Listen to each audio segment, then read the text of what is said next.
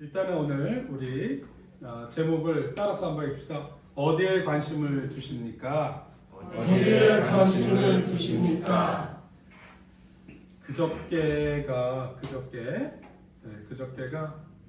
금요일 날이 징기스칸 탄생일이래요. 나 몰랐어요. 이번에 가서 알았어.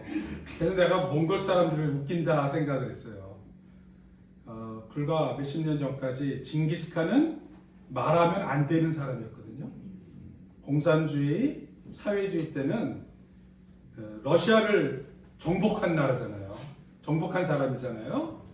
그러니까 소련이 특별히 징기스칸은 제국주의자, 세상을 정복하고 그리고 백성을 괴롭힌 그런 학살자라고 해가지고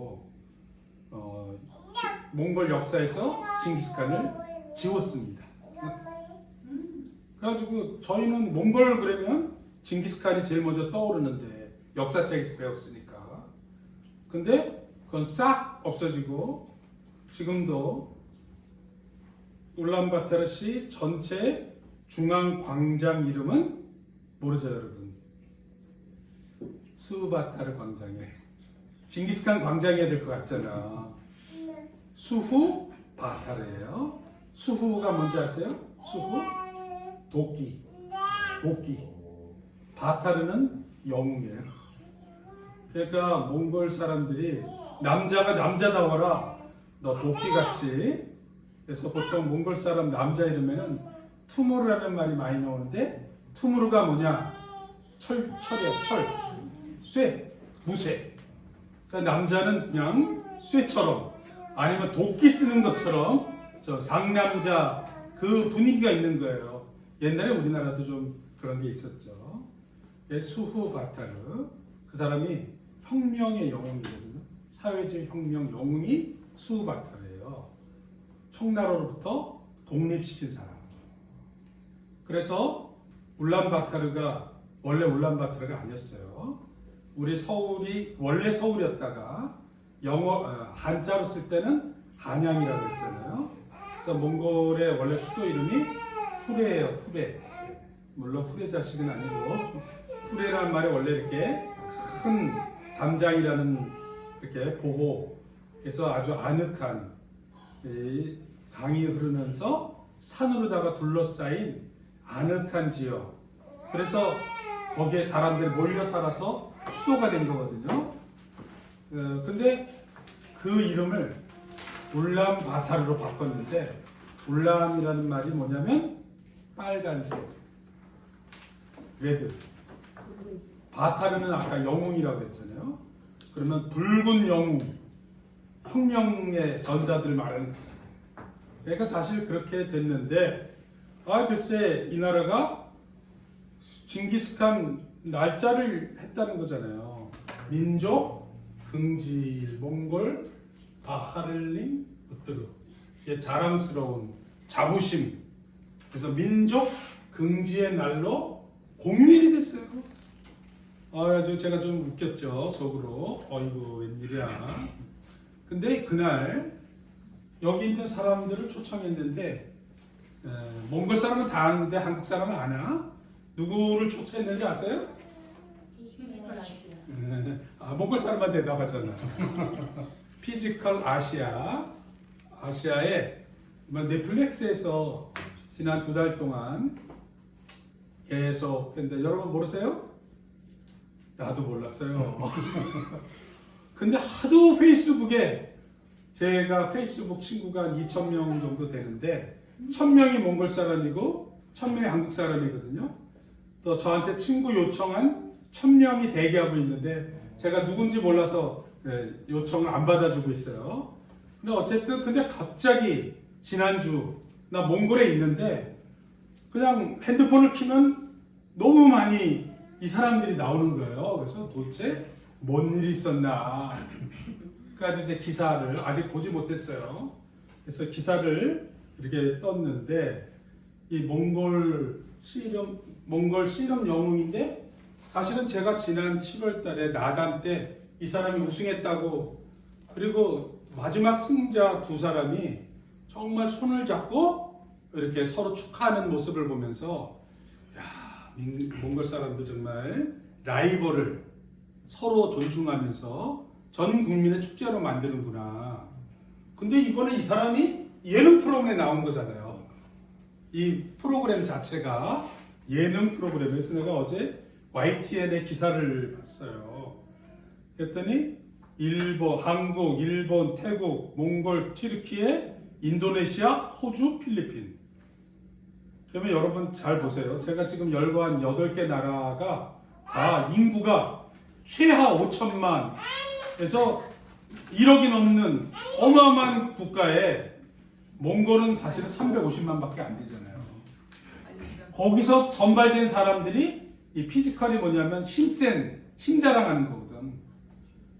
그래서 인내심 대결을 하고 극한의 체력으로다가 하는 서바이벌 예능 프로그램이었는데 3주 연속 글로벌 탑 10에 들어갔대. 이 프로그램 자체가. 그러니까 전 세계에서 막 댓글을 달고 난리가 났어요. 그런데 몽골은 아예 큰 가게에서 대형 스크린에 놓고 사람들이 무슨 월드컵 보듯이 넷플릭스를 같이 봤다는 거예요. 넷플릭스 보려면 매달 뭐 몇천 원 내야 되니까 아마 사람들이 모여가지고 같이 막 보고 응원하고 막 난리를 쳤는데 여기서 몽골이 2등을 했습니다. 근데 더구나 일본 사람이 3등을 했는데 일본 팀이 거기다가 토를 달았어요. 한국이 승부 조작한 것 같다. 몽골이 더 잘했는데 근데 왜 한국이 1등을 했냐? 몽골이 훨씬 잘했다는 거예요. 일본 사람들도. 필리핀 선수들도 몽골이 정말 환상적인, 한마디로 말하면 딱 등장을 하는데 모든 선수가 다 기가 죽었대. 근데 그럴만해요. 이 사람 씨름 영웅이거든요. 정말 등치도 엄청나고 거기다가 한 사람은 서커스의 영웅 같은 사람이고 농구 국가대표 그 다음에 내가 다 설명 못하겠네. 나 이거 봐야지. 정말 몽골 최정예 생긴 것서부터 시작해가지고 정말 압도적인. 근데 힘만 세서 되는 게 아니라 서로 연합해야 되고 머리를 잘 써야 되는 그런 내용이었어요.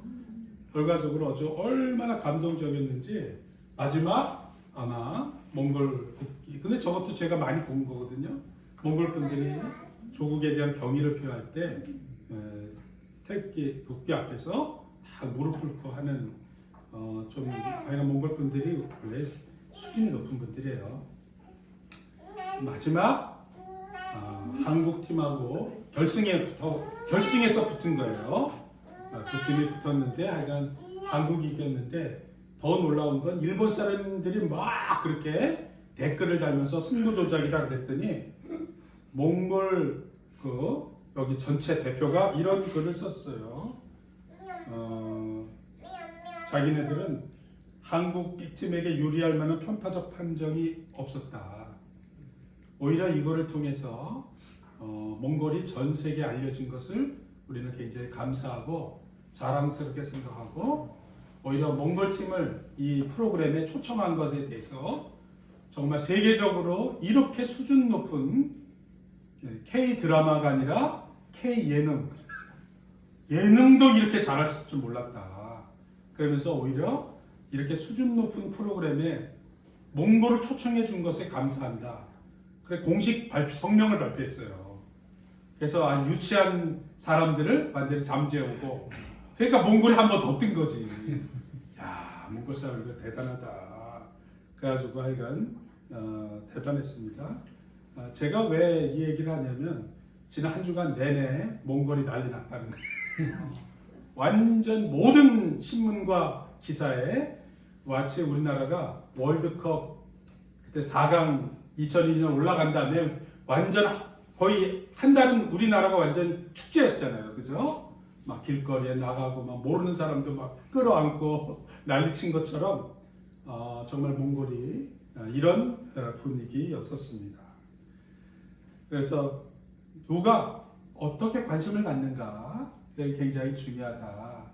근데 이제 국가적 관심에 대한 얘기를 제가 일부러 얘기를 드렸습니다.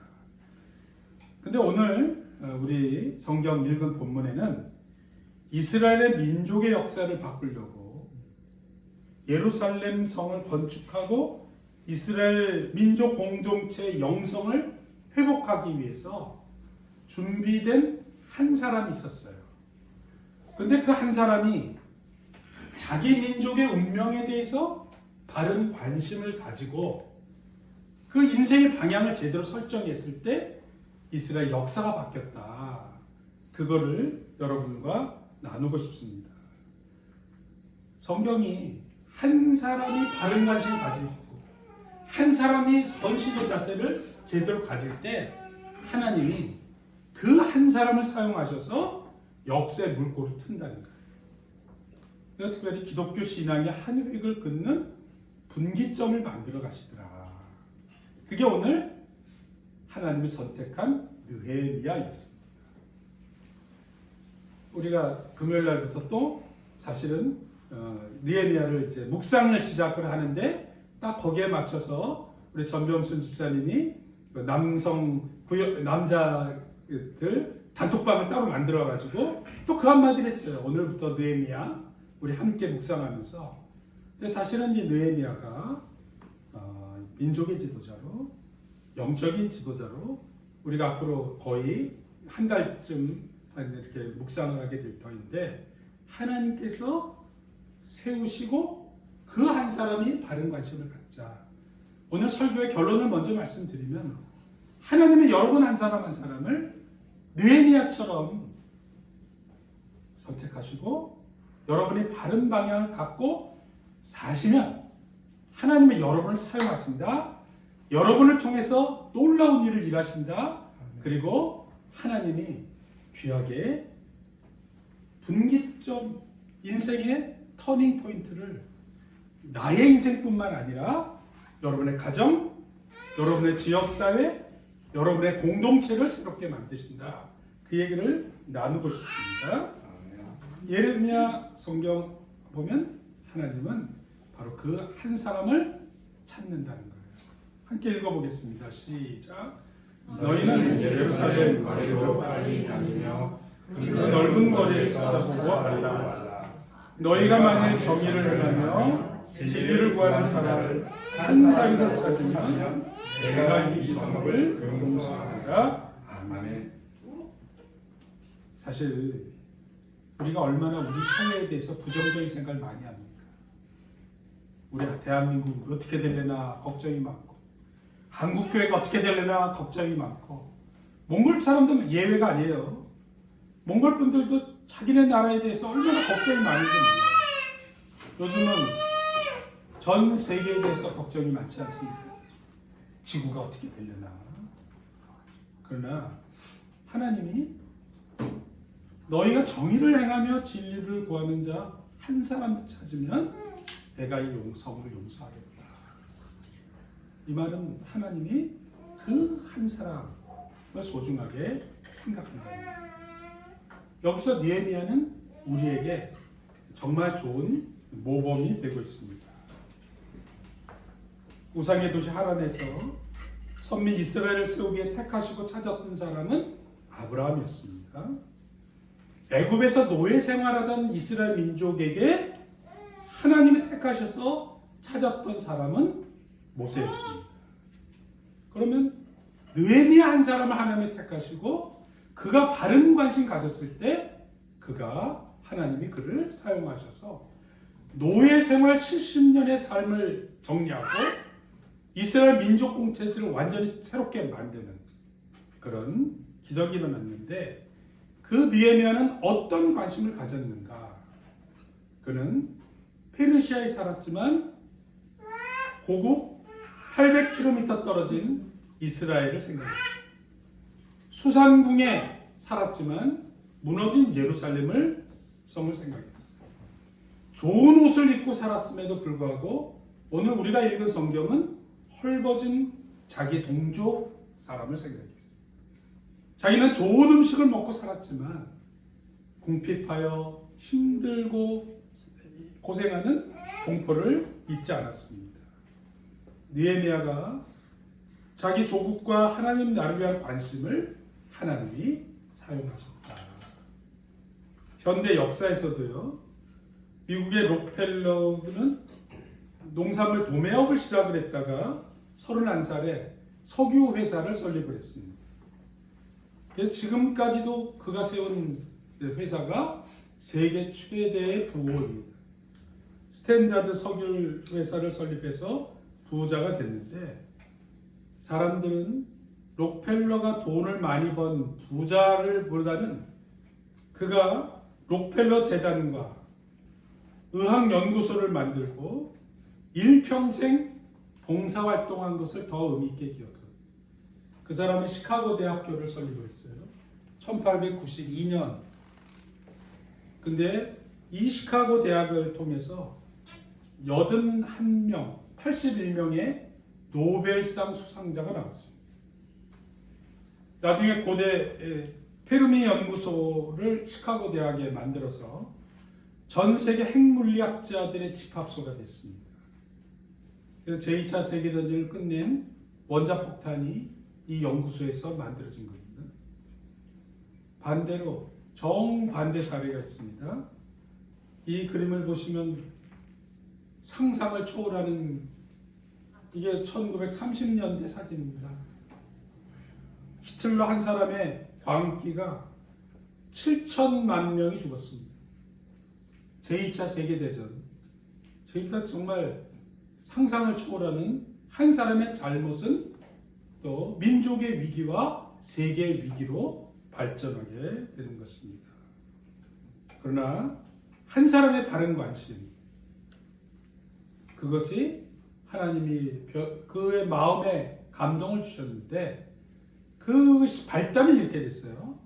형제 하나가인 하나니가 멀리 고향에서부터 찾아온 거예요. 그래서 어떻게 지냈니? 이렇게 묻는 거지, 그죠? 그랬더니 우리 현종은 너무 힘들었어요. 여기 중요한 관점이 있습니다. 먼저 내가 뭘 묻는다. 이 말은 주된 관심사가 어디에 있느냐, 이런 거. 느헤미야가 고향의 소식을 물었어요. 사실은 느헤미야는 고향을 가본 사람도 아니에요. 예루살렘을 아는 사람이 아니라니까요. 그의 3대 아니면 4대 선조가 3, 4대 선조가 예루살렘에서 페르시아로 바벨론으로 잡혀온 사람이에요. 거기서 자라고 거기서 났어요. 물론 부모로부터 신앙생활을 했고 자기네 유다 민족 언어를 잊지 않았어요. 오늘날 한 70년 전에 미국으로 다 이민 간 사람하고 비슷합니다. 제가 2010년에 미국에 갔다가 마침 이계신 목사님 오빠가 아칸소에 사세요. 수의사셨거든요. 그래가지고 아칸소까지 우리가 찾아갔습니다. 가서 만났는데 저는 평생 처음 만난 분이고 이계신 목사도 1980년에 한 번 뵙고는 한 번도 못 만난 거예요. 그래가지고 저도 좀 어색하잖아요. 그래서 갔는데 그 수의사 선생님이 한국말을 잘 못 알아들으시더라고요. 왜냐하면 거기서 60년대 초에 가셔가지고 평생 거기서 혼자 외로운 곳에서 수의사로 사신 거예요. 영어로만 주로 생활하니까 한국말을 많이 잊어버리셨는데 우리랑 한 하루박 지나고 나니까 이제 좀 혀도 풀리고 말이 풀리더라고요. 귀도 좀 이제 이렇게 들으신 거예요. 사실 그렇게 되는 거예요. 근데 느헤미야는 이미 3대, 4대가 지난 다음 사람인데도 불구하고 고향에 대한 관심이 있었어요. 그래서 거기다가 물어봅니다. 어때?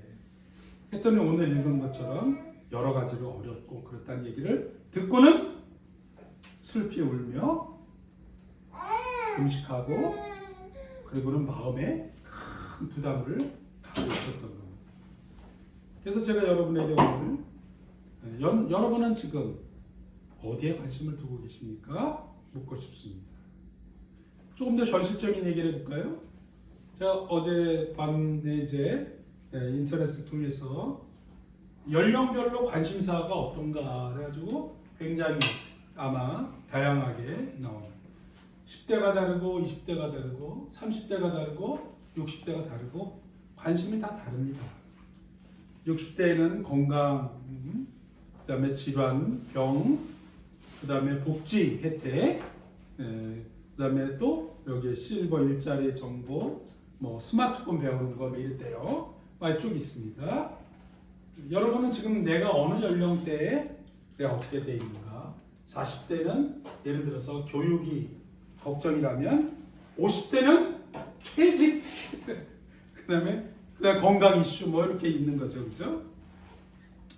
우리의 관심은 다 다양할 수가 있습니다. 그러나 대부분이 자기 문제, 자기중심적 관심이 현실적으로는 많다는 것. 그게 물론 요즘 사회에 개인주의 경향이 전 세계적으로 있습니다. 공동체보다는 자기 문제를 더 심각하게 생각하니까. 그럼에도 불구하고 우리가 조금 더 생각의 폭을 넓혀야 될 것 같습니다. 근데 요즘 조사에 보면 건강과 노후를 뒷받침해 주는 게 돈이라고 그래가지고 실제로는 돈에 대한 관심, 재물에 대한 관심이 지나칠 정도로 많다. 그것이 인간 관계도 깨뜨리고 신앙조차도 무너뜨리고 그런 경향이 많다는 보고가 있습니다.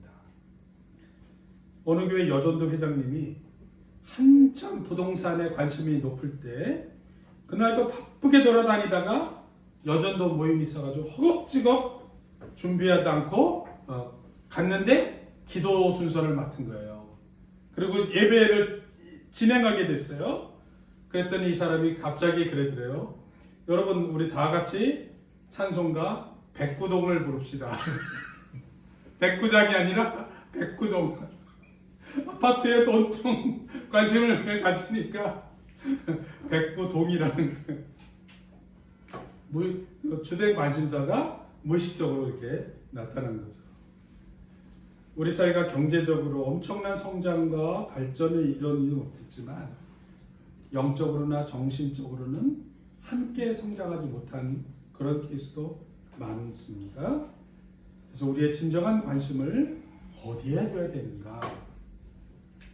스위스 제네바 중앙역에서 프랑스 국경으로 15분쯤 가면 메이린이라는 도시가 나옵니다. 여기에 보면 나무로 만든 거대한 지구 모양의 더 글로브가 입구 속에 있고요.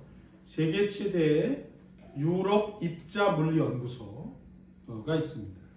이 안에 그 거대 입자 가속기라고 해서 빛의 속도보다 더 빠른 걸 이렇게 만들어내는 물질을 돌리는 그런 어마어마한 돈을 들여서 혼자 한 게 아니라 전 세계가 같이 하고 있는 지하 100m에 27km에 달하는 그런 링 형태로 제작을 해서 인류가 만든 역사상 가장 거대한 기계예요. 그리고 10조 원도 넘게 돈을 투자를 해서 지금도 운영하고 있는데 여기에 이제 다양한 입자 가속, 그 다음에 무슨 핵융합, 또 분열 이런 실험을 하고 있는 그런 데입니다. 그러니까 한마디로 말하면 현대 과학의 최앞에 있는 그런 거예요. 그리고 이거의 입구에 이렇게 거대한 원형 거기가 있는데 그 바로 입구 더 글로브에 영어, 프랑스어, 독일어, 이탈리아 말로 이런 질문이 써 있답니다.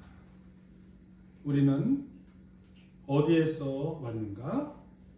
우리는 어디에 있는가? 그리고 지금 우리는 어디로 가고 있는가? 세계 최첨단 인류의 가장 거대한 기계 만들어 놓고 그 입구에 그분들은 이렇게 써 있는 것입니다. 1954년이면 벌써 70년 된 겁니다. 유럽 입자물리연구소가 이곳에 처음 세워진 이유이고 10,000명이 넘는 과학자들이 지금도 답을 찾는 주제가 이 주제예요. 한동안 사람들이 과학 만능 시대라고 생각하면서 과학이 종교를 몰아내고 특별히 창조주 하나님을 믿는 기독교는 없어질 거라고 생각했던 거예요. 이 첨단 시대에 무슨 보이지 않는 하나님 얘기를 하냐. 그런데요. 여러분, 지금도 전 세계 기독교는 매년 1% 이상 성장하고 있어요. 생명의 복음을 더 깊이, 더 넓게. 최첨단 과학을 가장 깊이, 가장 논리적으로, 가장 기계적으로 계산하고 연구하는 곳에 가장 철학적인 질문이 입구에 써 있다는 게 너무 아이러니하지 않습니까?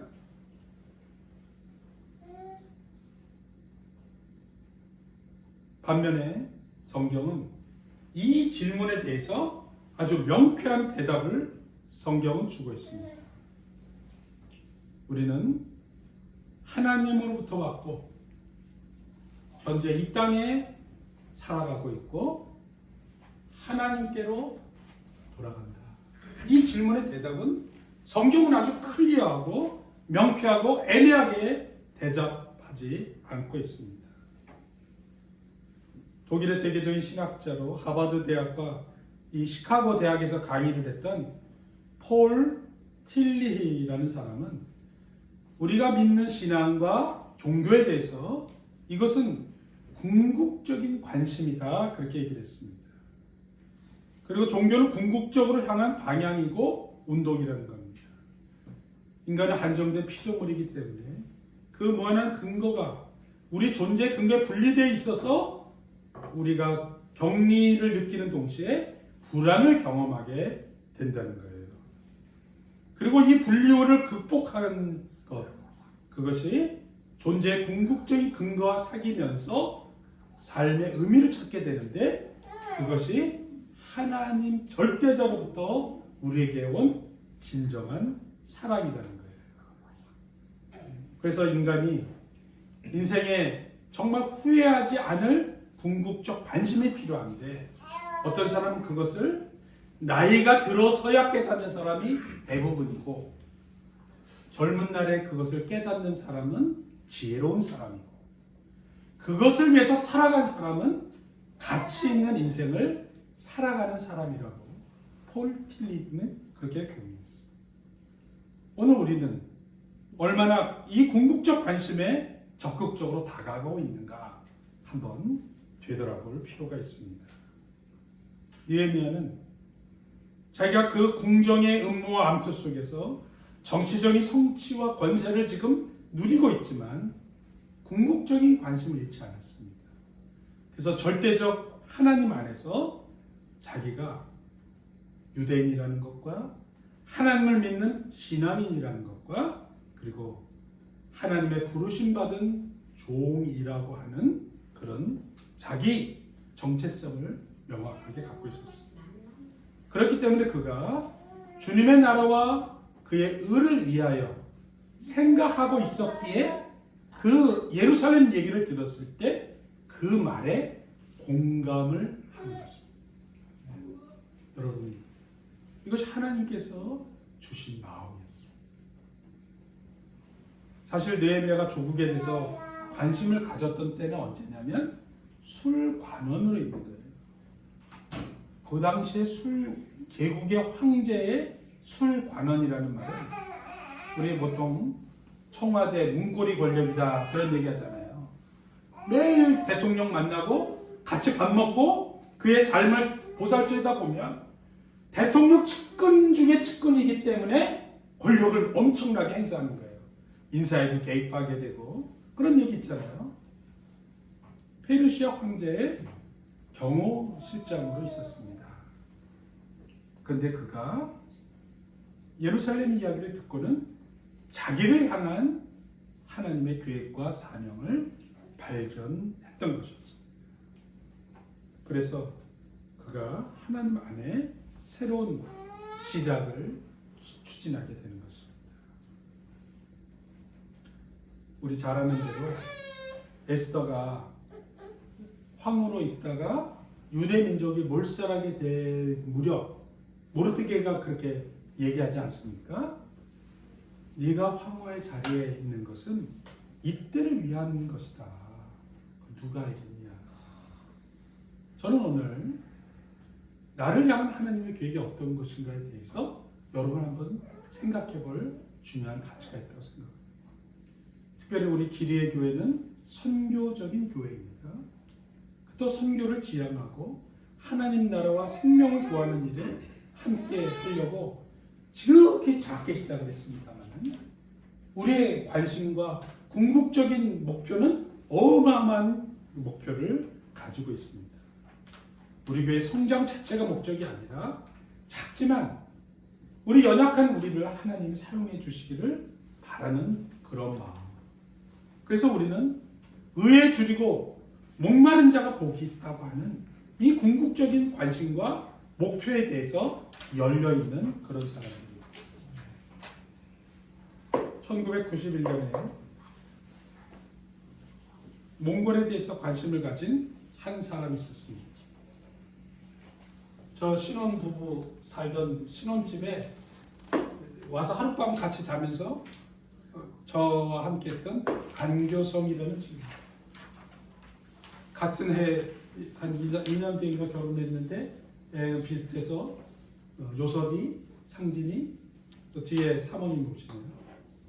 그래 이 친구가 몽골 갔다 오자마자 나한테 몽골 가자고 꼬셔가지고 같이 둘이 몽골에 만리장성에서 찍은 사진인데 몽골에 가서 비자를 받기 위해서 92년 8월달 둘이 같이 몽골을 1차 방문하고 오는 길에 몽골을 가는데 며칠 걸렸어요. 하루에 갈 수가 없었어요. 그러다 결국 우리는 몽골에 갔습니다. 그리고 이 친구가 몽골에 가서 연합신학교를 세웠습니다. 그리고 성경 번역을 했습니다. 그랬더니 이 친구가 25명하고 7년 동안 만드는 그 성경이 번역되고 또 번역되고 이번에 나온 제가 몽골 성서공회 회장님이 주신 성경입니다. 최근에 만든 거예요. 얼마나 감사한지. 그래서 이 성경 이제 아마 내년부터는 바뀔 것 같아요. 그래서 여기 유순재 박씨에게 그래가지고 이제 성서공회에서 주었고요. 또 감사한 거는 우리 울란바토르의 졸업생 제자가 우리 호텔로 찾아와가지고 저에게 이 성경을 선물했어요. 주석 성경이에요. 코멘터리도 있고 설명이 조금 붙어있는 우리 대한성서공회에서 인수해 줬다는 거예요. 얼마나 성경의 내용이 좋은지. 그래서 또 감사하게도 헌정을 받았어요. 그래서 저희가 이거를 보면서 아마 이제 내년부터는 조금 더 우리 성경도 몽골어 성경이 새 성경으로 바뀔 것 같고 저희도 좀 목사님하고 이제 의논도 해보겠지만 우리도 좀 더 쉬운 성경을 가는 것이 좋지 않겠나 지금 생각해 보고 있습니다. 이 친구가 몽골에 가서 연합신학교를 설립하고 그리고 성경을 번역하고 하나님이 사용하셨고 이번에 30주년 기념 감사 예배를 몽골 오페라하우스 그 수바타르 광장에 붙어 있는 이 볼쇼이 오페라하우스를 축소해 가지고 만든 거예요. 얼마나 이 저기 클래식하는지 몰라요. 거기 30주년에 안교선 목사님이 설교를 하셨습니다. 그리고 세 번째 학장이었던 활린 미국의 OMF 선교사로 오셨던 두 분들의 활린이 학장을 초대 학장 세 번째 학장입니다. 그래서 10년을 넘도록 8일. 그래서 우리가 이 오페라 하우스에서 같이 사진도 찍었고, 그리고는 축하 공연을 몽골 오페라 하우스의 징기스칸 공연을 아마 이번 주가 탄신일이니까 또 그랬던 것 같아요. 그리고 학장이었던 로야 학장과 함께 30주년 기념 축하 같이 이사장 하셨던 안광표 목사님, 설립자 그래서 같이 그 도리부찌깅 대학들에서 같이 했습니다. 공연이 끝나고 밖에 나와서 찍었던 사진입니다. 눈이 하얗게 내리고 그 오페라 하우스 입구 저녁에 입구 사진 제가 일부러 하나를 찍었습니다. 그리고 30주년 기념 학술 세미나에 참석한 분들입니다. 스티븐하고 이분은 필리핀에서 온 선교사님이십니다. 그래서 저도 논문 발표를 했고 우리 제자인 을지 목사님이 또 통역을 해줬고 그날 발표했던 그날 그 전체 30주년 기념 행사 하는 분은 또 여자 을지 장신대에서 지금 박사입니다. 그랬고 그 다음에 이제 기념 리셉션 만찬 식사가 있었고 여기에 이제 이사장 몽골 성서공회 회장 이사장님 그 다음에 이제 PCK 선교사회 회장님 해가지고 우리 같이 그날 헤드 테이블에서 같이 있었고 저도 그래서 KCS 선교회 이름으로 또 30주년 기념 후원금도 지급했습니다.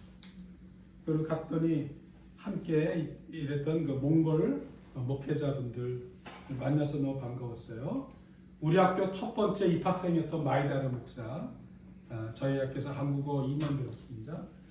바테리덴 목사님, 네그투게르 교회 목사님, 몽골 목회자 협회 회장님, 자가 목사님, 주한교회에서 신앙생활하다가 몽골에 가서 교회를 개척하신 목사님이시고 로야 학장 총장님이시고요. 또 간 김에 몽골 목회자들과 함께 축구도 하기로 했고 같이 식사했던 몽골 교회 초창기 지도자들이시고 그다음 이번에 저희들이 가서 몽골 초창기 선교에 대한 토크쇼를 해서 세 사람이 무대에 올라가서 여기 있는 한인 선교사님들 선교사 아이들이 또 같이 와서 그날 식사도 하면서 다양한 분들과 이루어졌습니다. 이번에 가서 또 하나 깨달은 것 중에 하나가 우리 김재선 선교사 우리 교회 후원하는 저 선교사님이고 우리 같이 동역했던 초창기 우리 대학에 했던 분들이 다시 장기 선교사로 다 왔더라고요. 신은혜 선교사, 신동환 선교사이고 특별히 이분은 초창기에 우리 안교성 목사님이 세례를 준 아멘교회 교인이었는데 치과 의사거든요. 그래서 저희가 치과를 병원을 시작했는데 이 형제가 연세대학에서도 우리가 3개월간 연수도 시켰고 한국어도 꽤 좀 해요. 근데 이 형제가 영어도 잘하고 그랬더니 동경대학에 가서 의학 박사를 받고 왔어요. 그래서 지금 몽골 국립의과대학 대학원장 하면서 몽골 기드온 협회 회장을 합니다. 성경 보급하는 그러니까 정말 좋은 평신도 전문인으로 정말 지도자로 하나님께 쓰임 받고 있는 걸 보면서 얼마나 감사해야 될지 몰라요. 그리고 우리 또 PCK 선교사님들 다 함께 모여서 대화의 시간도 갖고 저희가 그분들을 격려하는 시간도 갖었습니다. 거기다가 또 안교성 목사님하고 저희가 세웠던 울란바토르 한인교회 33주년 기념 예배 또 마침 만났어요. 제가 10월에 마지막 날 갔다가 그 다음 주에 예배 드리고는 울란바토르 한인교회를 설립을 시작을 했는데 10명이 모여서 예배를 시작한 교회가 이렇게 발전을 했고 마침 그날 한인교회 새로운 담임 목사님을 취임하는 날이었어요. 그 부부랑 이 아이 주일학교 때 저희들이 이렇게 교회에서 했는데 부인이 몽골에서 자라가지고 남편을 선교사로 만들고 같이 몽골에 와서 결국 한인교회 담임이 됐습니다. 저희가 지금 선교 보고까지 같이 겸해서 하는 거예요. 그랬더니 또 우리 동문회 회장인 을지 목사가 우리 울람 대학과 저희들 다큐멘터리를 만들겠다고 그래서 우리 축산학과 졸업생인데 지금 방송국에서 일하는 PD거든요. 그래가지고 하루 종일 저희들과 함께 그 초창기에 대한 인터뷰를 하루 종일 했습니다. 또 갔더니 우리 졸업생 딸이 울란바타르 초등학교에 들어가야 된다고 이게 울란바토르 초등학교 옷이네요. 애들 교복인지 일상복인지는 잘 모르고 또 선생님하고 같이 식사를 접대를 해서 저희들이 같이 참여하고 울란바토르 초등학교로 지난 여름에 우리 교회에 왔었어요. 갔더니 영하 23도. 낮에 갔는데 낮에도 영하 13도. 얼마나 추웠는지 제 얼굴에 얼음도 보시죠. 그러나 이렇게 그리고 이계신 목사님은 주일날 네구티에르 교회에서 자녀 교육에 대해서 타리 도토르풍 야마를 봐요. 당신의 속사람은 어떻습니까? 라는 주제로 아마 교육을 한 것 같습니다. 오늘 결론을 얘기합니다. 나는 어디에 관심을 두고 계십니까? 느헤미야는 유다 민족과 하나님 나라를 위해서. 이제 여러분의 앞으로의 인생과 미래에는 어떤 방향으로 가십니까? 안교성 목사가 원래 영문학을 전공하고 한양대학교에서 학생들을 가르치던 사실은 영어 교수인데 그 하나님 나라에 관심을 갖고 헌신해서 신학을 하고 선교에 관심을 갖고 친구인 저와 함께 33년 전 몽골에 가서 했던 일들이 오늘 이런 열매들로 나타나는 것을 제가 일부러 보여드렸습니다. 우리가 하나님 나라와 주의 은혜를 위하여 관심을 가질 때 부족한 한 사람 한 사람을 사용하셔서 하나님이 일하실 것을 우리는 믿습니다. 기도하겠습니다. 느헤미야가 민족과 나라를 위해서 헌신했을 때 그를 사용해 주셨던 하나님 아버지, 저희도 우리 민족과 조국의 현실에 관심을 갖게 해 주시기를 바랍니다. 하나님 나라를 위해서, 우리 조국을 위해서, 생명의 복을 위해서 기도하는 우리가 되게 하여 주시옵소서. 예수님의 이름으로 기도합니다. 아멘.